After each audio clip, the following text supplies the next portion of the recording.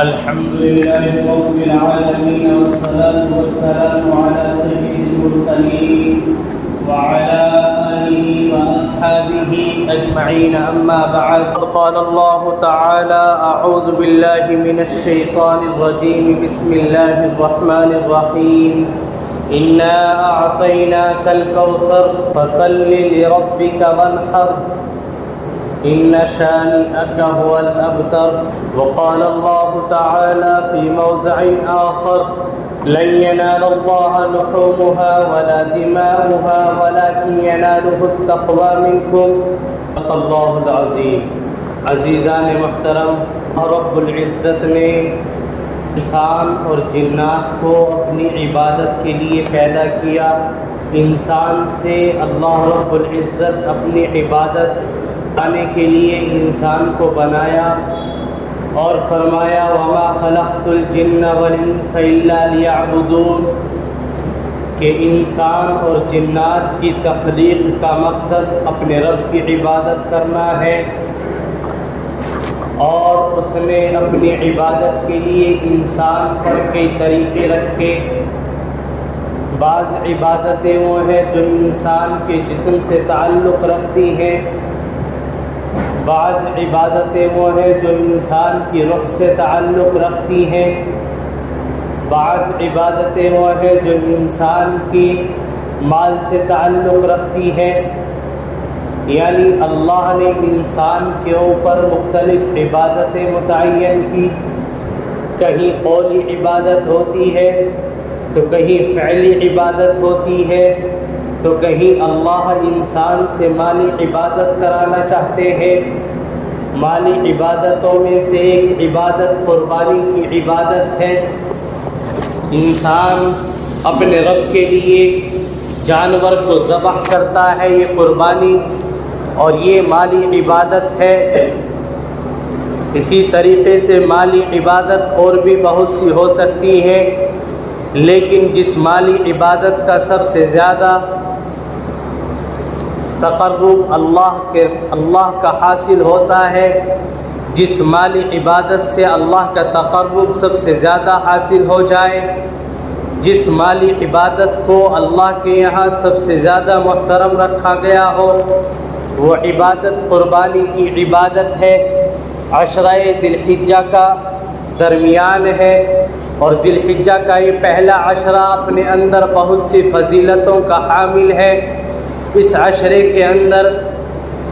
یہاں تک لکھا کہ اس عشرے کا ایک روزہ 1 سال کے روزوں کے برابر ہے. 1 سال کے نفلی روزے رکھے جائیں اور اس عشرے کا ایک روزہ رکھ لیا جائے تو 1 سال کے روزوں کا ثواب اس کے نامہ اعمال میں لکھ دیا جاتا ہے. اس بات سے اس عشرہ ذی الحجہ کا اندازہ لگایا جا سکتا ہے. اس عشرے کے آخر میں 10 ذی الحجہ کو عید الاضحیٰ منائی جاتی ہے. عید کے معنی آپ جانتے ہیں، خوشی کے آتے ہیں، جو عود سے ہے لوٹ کر کے آتی ہے، اور اضحیٰ کے معنی قربانی کے آتے ہیں. عید الاضحیٰ نام رکھا کہ اس دن انسان اللہ کے حضور قربانی پیش کرتا ہے. اس دن انسان اللہ کے سامنے جانوروں کو قربان کرتا ہے، اور اللہ کی خوشنودی حاصل کرنے کے لیے، اللہ کا تقرب حاصل کرنے کے لیے، اللہ کی نزدیکی حاصل کرنے کے لیے، رضائے الہی کو حاصل کرنے کے لیے اللہ نے انسان کو مختلف عبادتوں کے طریقے سمجھائے. ان مختلف عبادتوں میں سے ایک اہم عبادت یہ قربانی کی عبادت ہے.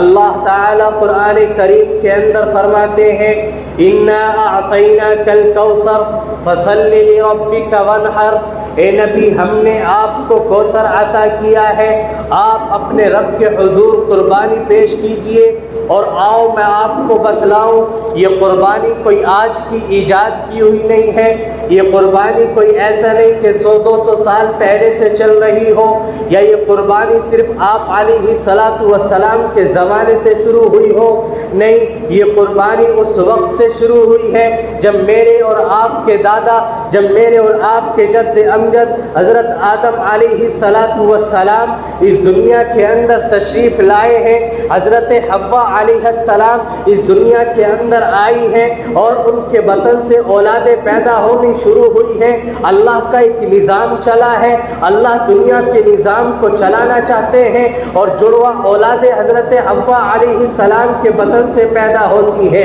اور جب جڑواں اولادیں پیدا ہوتی ہیں تو دوسرے بطن سے اور پیدا ہونے والی اولاد ایک دوسرے کے ساتھ میں اس کا نکاح کر دیا جاتا ہے۔ انہی میں سے حضرت آدم علیہ السلام کے دو بیٹے ہیں، حابیل اور قابیل، دونوں اللہ کے حضور اپنی قربانی کو پیش کرتے ہیں۔ ان کے درمیان میں ایک مقابلہ چلتا ہے، ایک مکالمہ ہوتا ہے، بات یہاں تک پہنچتی ہے، آؤ اللہ کے حضور قربانی پیش کرتے ہیں، اللہ کے سامنے ہم اپنی قربانی کو رکھتے ہیں، اللہ جس کی قربانی کو قبول کر لے وہ اللہ کے نزدیک معتبر ہے، وہ اللہ کے نزدیک پسندیدہ ہے، اللہ اس سے محبت فرماتے ہیں۔ چنانچہ قابیل اور حابیل دونوں اپنی قربانیوں کو اپنے رب کے حضور رکھ دیتے ہیں، اور آسمان سے آگ آتی ہے، اس قربانی کو جلا دیتی ہے۔ معلوم ہوتا ہے کہ اللہ نے ان کی قربانی کو قبول کر لیا ہے، ان میں سے ایک کی قربانی اللہ کے یہاں قبول ہو جاتی ہے۔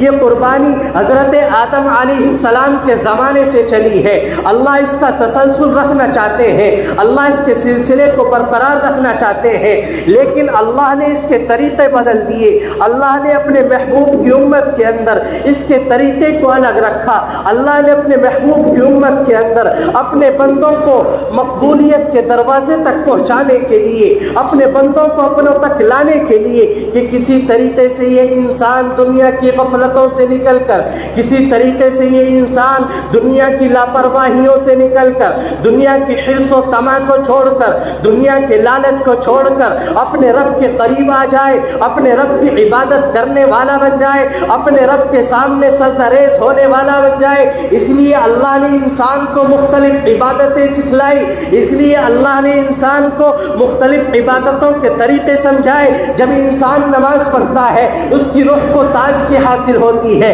جب انسان زکوٰۃ دیتا ہے اللہ اس کے مال کو صاف کر دیتے ہیں، جب انسان صدقہ نکالتا ہے اللہ اس کی جان کی حفاظت فرما دیتے ہیں، جب انسان اپنے مال سے قربانی پیش کرتا ہے اللہ اس کے ایمان کو مضبوط کر دیتے ہیں، اس کے ایمان کے اندر چار چاند لگ جاتے ہیں۔ آپ دیکھیں جب یہ قربانی کا عمل آتا ہے، عید الاضحیٰ کا وقت قریب آتا ہے اور انسان اپنے رب کے حضور جانوروں کا نذرانہ پیش کرتا ہے، ایک طریقے سے اپنے مال کی قربانی پیش کرتا ہے، جانوروں کا نذرانہ دیا جاتا ہے، غیر ایمان والے تراتے ہیں، کانپتے ہیں کہ کیسا ان کا ایمان ہے۔ اس وقت میں پتہ چلتا ہے کہ اللہ نے انسانوں کے اوپر یہ مختلف طریقوں کی عبادت رکھی ہے، آخر ان کا مقصد کیا ہے؟ اللہ سمجھاتے ہیں اے ایمان والوں، ہم نے تمہارے اوپر جو عبادتیں رکھی ہیں، ان کے مختلف طریقے جو ہم نے تمہارے لیے متعین کیے ہیں، اللہ نے ان کے اندر بہت سی حکمتیں رکھی ہیں۔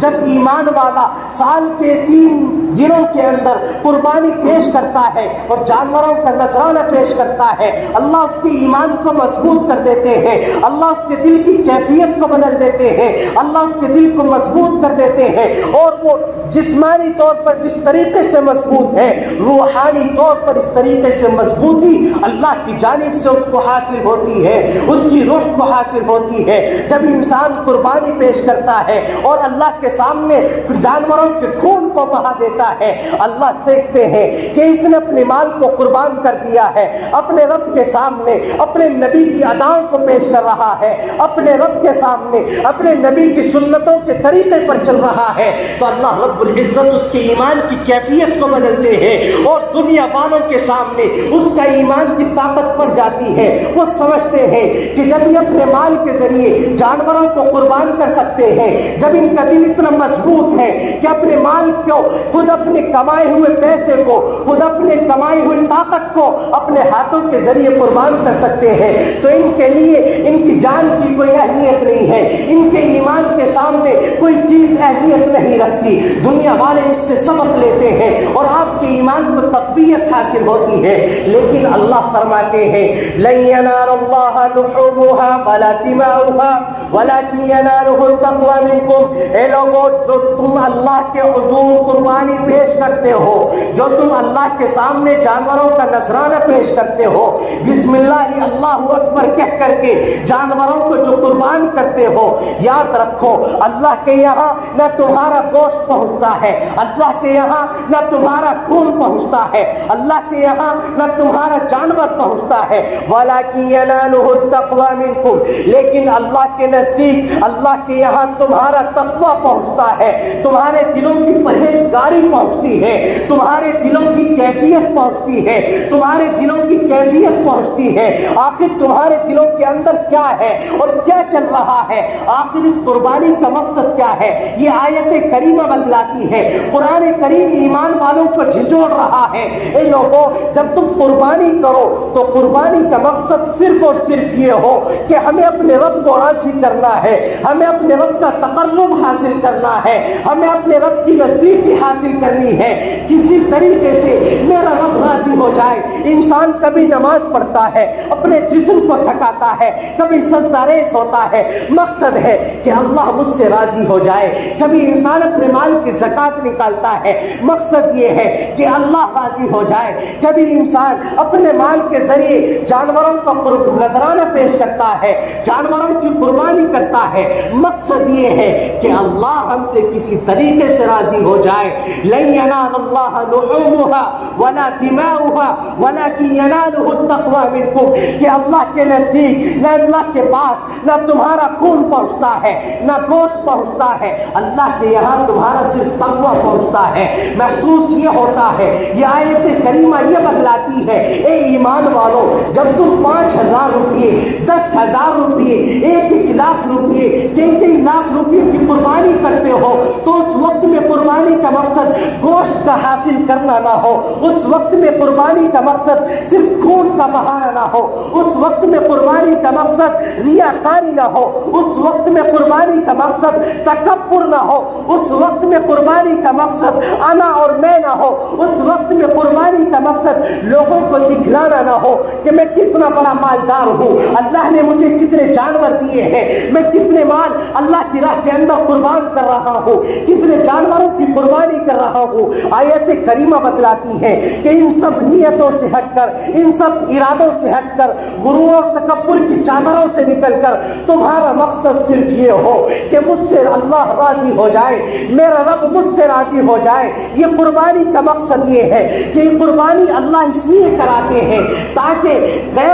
غیر والوں کو اس سے ایک سبق حاصل ہو۔ اللہ قربانی سے یہ چاہتے ہیں کہ ایمان والوں کی کیفیت بدل جائے، اللہ اس قربانی سے یہ چاہتے ہیں کہ تمہارے اندر جو کمزور طبقہ ہے، تمہارے اندر جو کمزور لوگ ہیں، اللہ اس کے ذریعے ان کا تعاون فرما دے، اللہ اس کے ذریعے ان کا تکفل فرما دے۔ اس لیے قربانی کا مقصد ہرگز یہ نہیں ہے کہ جانوروں کو قربان کر کے گوشت کے پارچے بنا کر کے ان کو اپنے فریجوں کے اندر سجا دیا جائے، نہیں، قربانی کا مقصد یہ ہے کہ تم اپنے رب کے حضور خون بہا رہے ہو، جانوروں کا نذرانہ پیش کر رہے ہو، تو اس کے بدلے میں اللہ نے تمہاری جو دعوت کی ہے، تمہیں جو گوشت عطا کیا ہے، اس گوشت کو ضرورت مندوں تک پہنچا دیا جائے، پہلے اپنے لیے رکھ لیا جائے، اپنے رشتہ داروں تک پہنچا دیا جائے، اور اس کے بعد جو ضرورت مند لوگ ہیں ان تک وہ گوشت پہنچا دیا جائے۔ ورنہ اللہ چاہتے تو پچھلی امتوں کی طرح، سابقہ امتوں کی طرح یہ رواج ہوتا، یہ طریقہ ہوتا کہ اگر کوئی پچھلی امتوں کے اندر قربانی کرنا چاہتا تو اس کا طریقہ یہ تھا کہ اپنی قربانی کرتا اور ایک پہاڑ کے ٹیلے پر جا کر کے رکھ دیتا، آسمان کی جانب سے آگ آتی اور اس کو جلا کر کے راکھ کر دیتی، محسوس ہوتا اور سمجھ لیا جاتا کہ اللہ کے یہاں اس کی قربانی قبول ہو گئی ہے۔ لیکن اللہ نے اس امت کے اوپر اپنا فضل فرمایا، اس طریقے کو رائج نہیں کیا، بلکہ اللہ نے کہا کہ تم صرف قربانی کر لو، تم صرف خون بہا دو، اللہ تمہارے دلوں کی کیفیت کو دیکھ لے گا، اس کے بدلے میں اللہ کی طرف سے وہ گوشت بھی تمہارا ہے، اس کی طرف سے حاصل ہونے والی تمام چیزیں تمہاری ہیں۔ لیکن اللہ تمہارے دلوں کی کیفیت کو دیکھنا چاہتا ہے، اگر اللہ چاہتے تو اس کو بھی جلا کر راکھ کر دیتے اور وہ اللہ کے یہاں قبول ہو جاتا، لیکن نہیں، اللہ نے اس کا ایک مختلف طریقہ رکھا، اور دوسری حکمت سب سے بڑی جو اس کے اندر رکھی، یہ رکھی کہ اللہ کے یہاں کسی کی ذلت اور رسوائی نہیں ہوتی، کیونکہ اس وقت میں رسوائی ہوتی تھی، اگر کسی کی قربانی قبول نہ ہو، آسمان سے آگ نہ آئے اور اس کو جلا کر کے راکھ نہ کرے تو معلوم ہوتا کہ اس کی قربانی قبول نہیں ہوئی، تو لوگ اس کے اوپر طعن و تشنیع کرتے کہ آخر تیری قربانی کے اندر کیا وجہ ہے، کیا اس کے اندر حرام کی آمیزش ہے جو وہ قبول نہیں ہوئی۔ لیکن اللہ نے اس امت کے اوپر اپنے احسان فرمایا کہ یہ طریقہ نہیں رکھا، تم صرف قربانی کر لو، اپنی نیتوں کو درست رکھو، اللہ سے مانگتے رہو، اللہ رب العزت ہماری اس قربانی کو قبول کر لے گا۔ اللہ رب العزت اس قربانی کے بدلے ہمیں بہت بڑا اجر عظیم اور ثواب عنایت فرمائے گا۔ ایک چھوٹی سی حدیث، اللہ کے نبی صلی اللہ علیہ وسلم نے فرمایا کہ جانور، یہ بکرے اور یہ مینڈھے، یہ گائے جن کو آپ قربانی کے لیے تیار کر رہے ہیں، یہ کل قیامت کے دن آپ کے سامنے ہو بہو ایسے ہی نظر آئیں گے، اور ان کے ایک ایک بال کے بدلے اللہ رب العزت آپ کو 33 نیکیاں عطا کرے گا۔ اس وقت میں پلسرات کا راستہ جو بال سے بھی زیادہ باریک، تلوار سے زیادہ تیز، اس وقت میں ہمارے گناہوں کی نحوست اللہ ہم سب کی حفاظت فرمائے کہ اس پر چلا جائے نہ چلا جائے، لیکن اس وقت میں جس نے قربانی پیش کی ہوگی اور اخلاص نیت کے ساتھ اپنے جانوروں کو قربان کیا ہوگا، یہ جانور اس کے لیے سواری بن کر کے سامنے آ جائیں گے۔ اس لیے قربانی کے لیے اچھے سے اچھا، بہترین سے بہترین جانور کا استعمال کیا جائے، بہترین سے بہترین اپنے مال کو اس کے اندر لگایا جائے، ہر قسم کی برائی سے، ہر قسم کی غرور سے، ہر قسم کے تکبر سے اپنے آپ کو بچایا جائے۔ اللہ رب العزت ہم سب کے اس عمل کو قبول فرمائے۔